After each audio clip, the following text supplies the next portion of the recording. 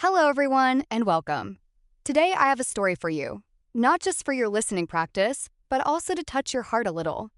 This story is for Level 2 learners, so the vocabulary and sentence structures will be a bit more advanced than our beginner stories. This story is called The Locket My Grandmother Never Opened. Let's begin.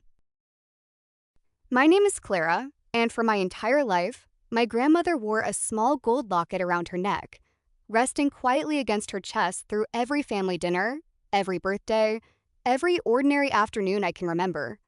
I never once saw her open it. I asked her about it many times as a child, tugging on the thin chain, curious about what might be hidden inside. She would simply smile, place her hand gently over mine, and say, "One day, sweetheart, one day." She never explained further, and eventually, I stopped asking. Some questions, I learned, simply belonged to her alone. My grandmother, Rosa, was the quiet center of our entire family. She raised 4 children, buried a husband, and somehow still found time to bake bread every single Sunday for anyone who wandered into her small kitchen. The smell of that bread, warm and slightly sweet, is one of my earliest memories, tied so closely to her presence that, even now, years later, catching a similar smell in a bakery somewhere can bring tears to my eyes without warning. She rarely spoke about her early life, before she married my grandfather, before the children, before the small house at the edge of town that became our family's gathering place for over 60 years. Whenever anyone asked about her youth, she would simply wave her hand and say the past didn't matter much compared to the family standing right in front of her. Rosa passed away last spring at the age of 92, peacefully in her sleep. The entire family gathered at her house afterward, the way families often do, sorting through decades of belongings, deciding what to keep and what to let go. My mother handed me a small wooden box from Rosa's bedside table. Inside, wrapped carefully in a soft cloth, was the locket. For the first time in my life, I held it in my own hands, feeling its familiar weight, the one object I had wondered about since childhood. I sat alone in Rosa's quiet bedroom for a long time before I finally opened it. Late afternoon light came through the lace curtains she had hung decades earlier, and the whole room still smelled faintly of the lavender soap she had used for as long as I could remember. My fingers trembled slightly as I pressed the small clasp on the side. Inside, I found 2 tiny photographs, facing each other. One was Rosa herself, young, maybe 18 years old, smiling brightly at the camera, her eyes full of a kind of hope I had never quite seen in the photographs of her later years.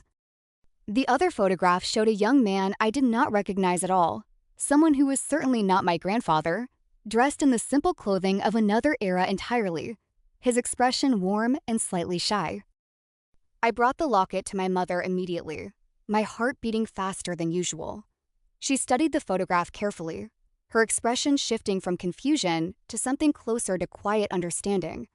"I think," she said slowly, "we need to talk to your Aunt Teresa about this." Aunt Teresa, my mother's older sister, was the family's unofficial historian, the one who remembered stories nobody else quite could. When we showed her the locket, she sat down heavily in her chair, staring at the photograph for a long moment before speaking. "I wondered if this would ever come out," she finally said. "Mama told me part of this story once, many years ago, when I was going through my own difficult time. She made me promise never to share it unless the right moment came." According to Aunt Teresa, before Rosa ever met our grandfather, she had been engaged to a young man named Antonio.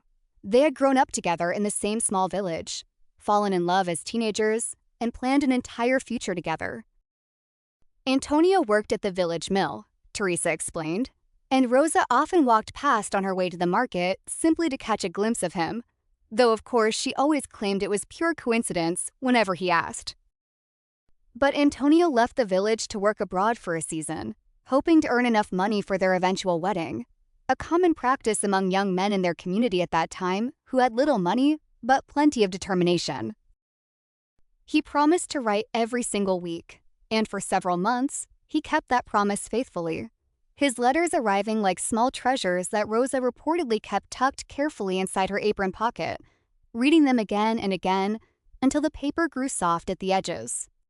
Then, without warning, the letters simply stopped. Rosa waited, checking the mailbox every single day, writing letter after letter that received no reply. Eventually, word reached the village that Antonio had died suddenly from a fever while working far from home, in a place too remote to send his body back for burial. Rosa was only 19 years old. She had lost the person she had planned her entire future around, with barely any explanation and no chance to say goodbye. No funeral to attend, no grave nearby where she could quietly visit and grieve properly the way the rest of her community would have expected. She never really spoke about that time, Aunt Teresa continued, but Mama told me she wore black for over a year, longer than most people would have expected for someone she wasn't officially married to yet. Her own mother eventually insisted she needed to move forward with her life, that grief alone couldn't fill an entire lifetime. That's when she met your grandfather, a kind, steady man from a neighboring town, someone very different from Antonio, but someone who cared for her deeply and patiently, even knowing her heart still carried old wounds. I sat quietly, absorbing this story, trying to picture my grandmother, the woman who baked bread every Sunday and always seemed so completely settled in her life, as a heartbroken young woman carrying grief nobody in our generation had ever known about. It was strange, almost dizzying, to imagine Rosa as anything other than the calm, steady grandmother I'd always known, someone whose presence had felt as permanent and unshakable as the old oak tree in her backyard. Why did she never tell us? I asked. It's not like it was something shameful, it's just sad. My mother reached over and took my hand gently. I don't think it was about shame, Clara. I think some pain is simply too tender to share casually, even with people we love deeply. Your grandmother built an entire beautiful life after that loss. Maybe keeping Antonio's memory private, just for herself, was the only way she knew how to carry both things at once, the grief and the gratitude for everything that came afterward. She paused for a moment, looking down at the locket resting in my palm. I think, too, that some griefs simply don't have a natural moment to be shared. There's never really a good time to say, by the way, before I loved your father, I loved someone else, and losing him nearly broke me. So perhaps she simply waited, quietly, for a moment that never quite arrived. Until this one, now, after she was already gone.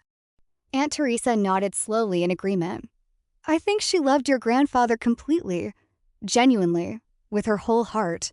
But I also think some small part of her heart always belonged to that first love too, the boy from her village who never came home. Wearing that locket, keeping him close but private even from her own children, was probably the only way she knew how to honor both loves at the same time without one somehow diminishing the other. We sat together in Rosa's quiet bedroom for a long while after that conversation, passing the small locket carefully between our hands, each of us seeing our grandmother a little differently now. She was no longer simply the sweet, steady woman who had always been there for us, offering comfort and warm bread.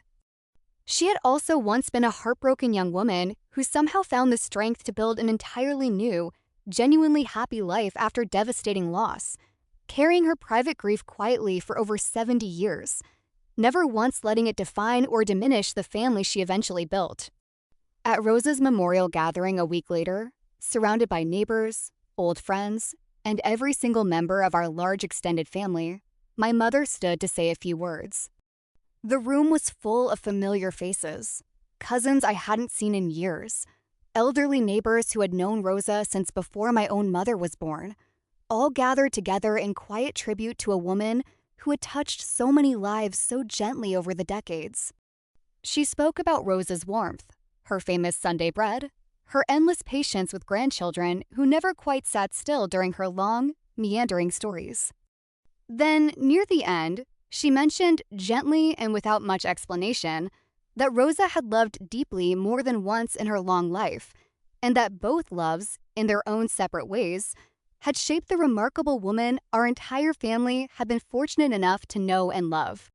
A few of the older guests exchanged quiet, knowing glances, and I later learned that one or two of Rosa's oldest friends had actually known about Antonio all along, having grown up alongside her in that same distant village, carrying her secret quietly and respectfully for their entire lives, exactly as she had once asked them to.